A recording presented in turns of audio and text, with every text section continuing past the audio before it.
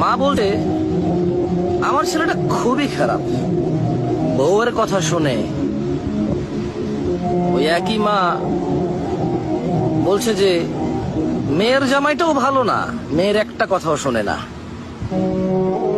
বোন বাপের বাড়ি এসে বলল যে ভাইটা আগের মতো নেই, খারাপ হয়ে গেছে, তত্ত্ব তালাশ করে না, দাওয়াত দেয় না, খোঁজ খবর নেয় না, ঈদ চাঁদ কোরবানি যায় জামা কাপড় দেয় না, একটু দাওয়াতও করে না, একটু বিপদে পড়লে হেল্প করে না।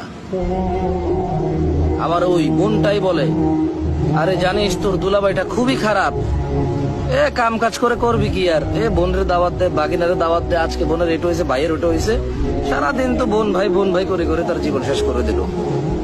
ভালো পড়েনি জামাইটা, মানে ভালো পড়েনি।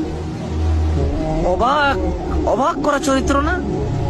মা তার ছেলের জন্য যে চরিত্রকে অপছন্দ করে, ঘৃণা করে, বদদোয়া করে, কিন্তু মা তার মেয়ের জামাইয়ের জন্য এমন চরিত্রের আকাঙ্ক্ষা করে এবং কামনা করে, দোয়া করে। বোন তার ভাইয়ের যে চরিত্রকে অপছন্দ করে, কিন্তু ঠিক তার স্বামীর জন্য সেম চরিত্রকে সে পছন্দ করে, নির্বাচন করে, এবং সে এইটাকে কামনা করে, আকাঙ্ক্ষা করে যদি এমন হতো।